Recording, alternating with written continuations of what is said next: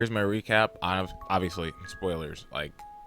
Guys, it's a ReZero video talking about a new episode. Do not click on this if you have not watched it. Go watch it first, then come back. Go watch anybody else's reviews after that, but watch the episode first, okay? So this episode wasn't like crazy eventful. It was more information dump before I think we get to the eventful part. If you know where it ends, you know where it ends. So we start off with like Emilia and Echidna in the forest. Echidna is obviously still being mean because she's jealous. Let's just call it what it is, right? She's being kind of a jerk to Emilia. They're both walking through the forest. Emilia's just trying to have a conversation with her. She's not in the mood. She does not want to hear it from her.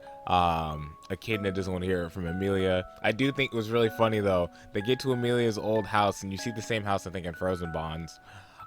Funniest thing, Emilia is like, wait, we're like invisible, right? So I can just put my hand through the wall. We can just walk through the door. And Echidna walks through the door halfway and then just looks at her like, do I even have to answer this question? Oh my gosh, Echidna's on that like you know when you want to go ask I don't know, you guys probably have never even had this happen to you. You want to go ask out your crush and then on the same day somebody else asks her out. That's what she was feeling right there. That's what she was feeling right there. It's that good old rejection energy. I know there's a lot of people here that will probably stand and simper. So she's good. You know, she's got other probably isekai heroes here, but she didn't get Subaru. So you'll always be plan B. Anyways, outside of insulting people, we get to Kid Emilia. We see a little bit of Mother for I think it's fortuna. I think that's how you pronounce it. When I'm listening to the Japanese sub, my brain's like, do they pronounce it like the English word or are they pronouncing it like a katakana word? So I always have like a moment with those. But Amelia is just kind of like a more like rambunctious kid. She's less quiet. She wants to go around and adventure and explore. She looks like she's being forced to stay in there for a little while, but nothing like crazy. Like she still had stuff. She still had paint and different things. I think someone on Twitter pointed out the fact that she had a basketball and they were like, is little Amelia shooting hoops? But like, you know, she's just a kid. Like that's just where we're at. She has a normal-ish situation. Turns out Mother Fortuna is not her mother, it's her aunt. So her aunt even brings up the fact that she's like, you're just like your parents. You have your mom's face, but your dad's like scary eyes. I think it was specific, right? Might have been the other way around, but I wanted to say that she has a similar upbringing to Subaru when it comes to describing their facial features, which I think was very funny. He's literally like just trying to write the pairing going like this. So as mad as people are, they have a more similar background, it seems, at the moment. She obviously, you know, she wants to go outside. She's been like locked inside. Like it's not, again, not like bad, like just like you're not allowed to go running around. This is a very dangerous world. Here you go. Mother Fortuna goes over to the village, it looks like, or at least the village that's nearby. And then we see young Betelgeuse. Young Betelgeuse is a complete, it's so insane seeing him not crazy. That's where I'm at right now. Like, not seeing him be all crazy, rolling his head around and twisting it and junk. I don't know what happened to him, dude, but he went on a trip, man. He's just perfectly respectable. He reminds me of Otto. He's just like a respectable man. He has some baggage because he keeps talking about that he's atoning for something. He is still a Sin Archbishop. I don't know if it's still the witch or if he's just a Sin Archbishop bishop in general, right? But you know, him and Mother Fortuna, they have like a pseudo playful relationship, it seems. He keeps bringing stuff over for their whole village with his group of people, which I'm thinking were the cultists later on. They're all bringing stuff over for the elves. It seems like a nice, like, you know, trade-off. Like, they always come by, they always bring up clothes and supplies. Maybe the elves can't go to the outside world, we're not sure yet. This is just more of my, like, speculation at the moment. And then Emilia is now guided by one of the little spirits to go outside. So she opens, she doesn't open the door. She like slides into stone, climbs out, whatever, runs all the way down to the village. And now she's just spying on Mother Fortuna. Like that's the only thing she's doing is she's just spying on her. Until finally Mother Fortuna gets some time off and then runs back over to where Emilia is. Where Emilia runs all the way back up. The spirit like cleans her face, but not like the rest of her clothes. So she pours paint all over herself, and Emilia's got some really quick thinking for a little kid. At that point, I would accept that I'm in trouble. I'm probably, I'm probably gonna die. It's okay. But no, she was clever. Paint all over herself, and then like, oh no, I was embarrassed because I accidentally got paint all over myself, not because I snuck outside. She does this a couple of times. Or I think it was like twice, right? And then they keep talking about the seal, and her and Echidna are talking about the fact that this is just a prelude, which kind of gave away for the rest of the episode that nothing eventful is most likely going to happen. But we were shown this seal. It's like this giant metal door, right? She tried pushing it over at first, and I was like, why is the first thing for this kid to want to do is push open some ancient sealed door? But then you got to remember, some kid. So yeah, of course they hear sealed door and they go, I wonder what's in there, right? The spirits are guiding her there. Then she ends up like just leaving. Like she's like, okay, well, we can't open it, let's go back. So she's going back home. Spirits run in another direction. I don't remember if she tripped or what, or no, she like poked out the bush, and then Betelgeuse heard her. Then she was turned around. Then it was the first time he met her, and the first thing he starts doing is like bawling profusely. Like he is crying profusely. As we find out in the episode, and as Betelgeuse I think hints to, I think her parents are dead, and he feels guilty for some reason that he wasn't even able to help.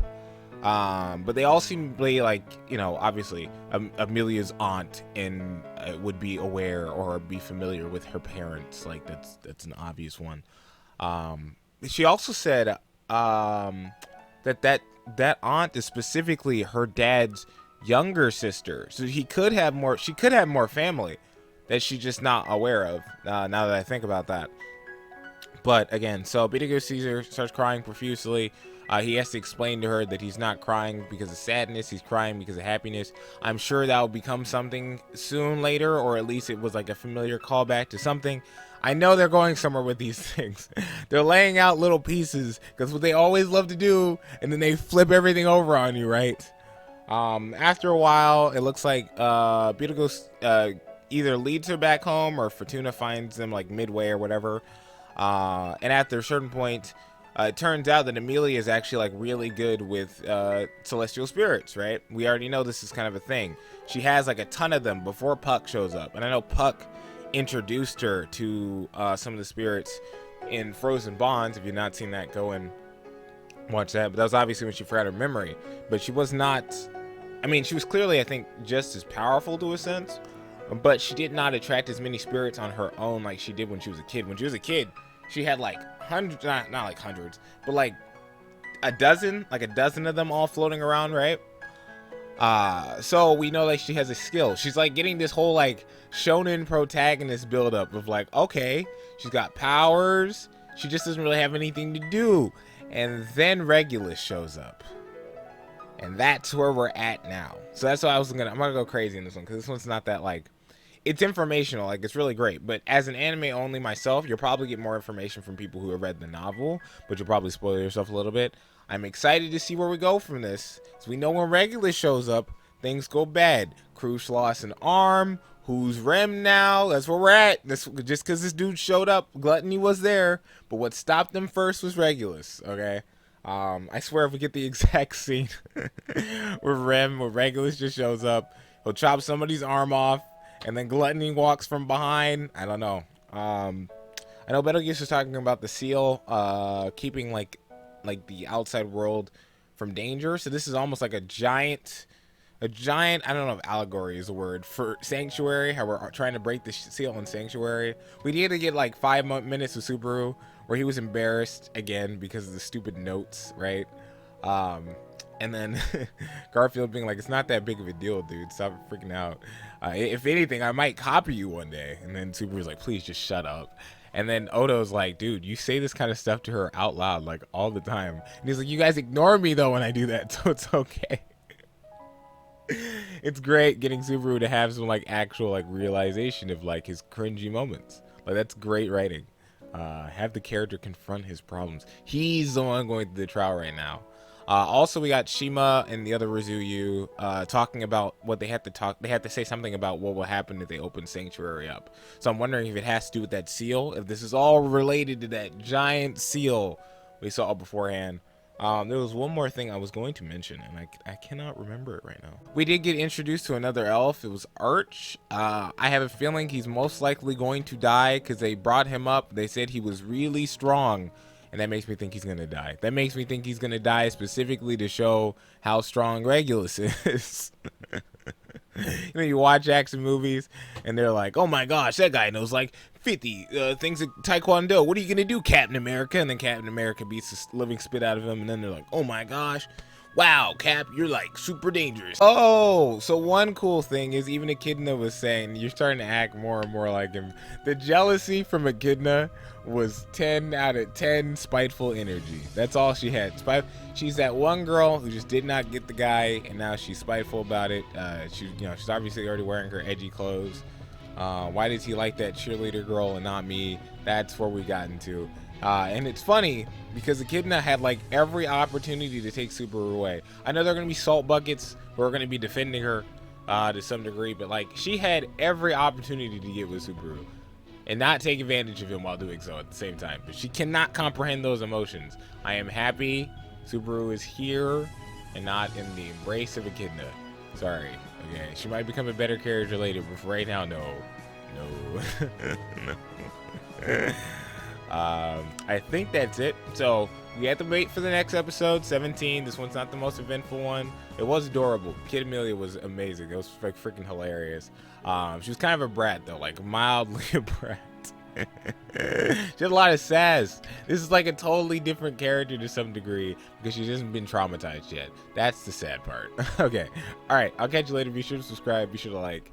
And I'll see you for the next ReZero video on Wednesday. I'm probably going to film some fighter videos today. Might film my Ganyu video today or my Mona video today. I have a lot I might have to do. So peace out. Don't leave!